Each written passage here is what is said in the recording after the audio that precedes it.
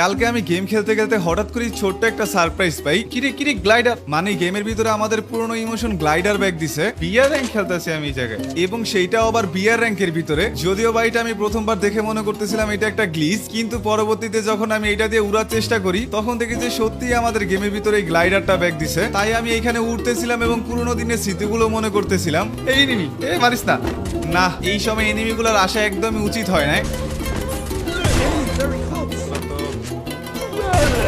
এইগুলোকে মারার পরে আমি আবারও উঁচু একটা জায়গায় যাইতেছিলাম, ঠিক তখনই